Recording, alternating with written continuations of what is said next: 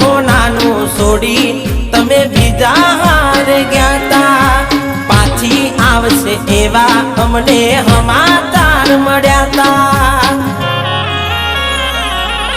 જે થયું એ થયું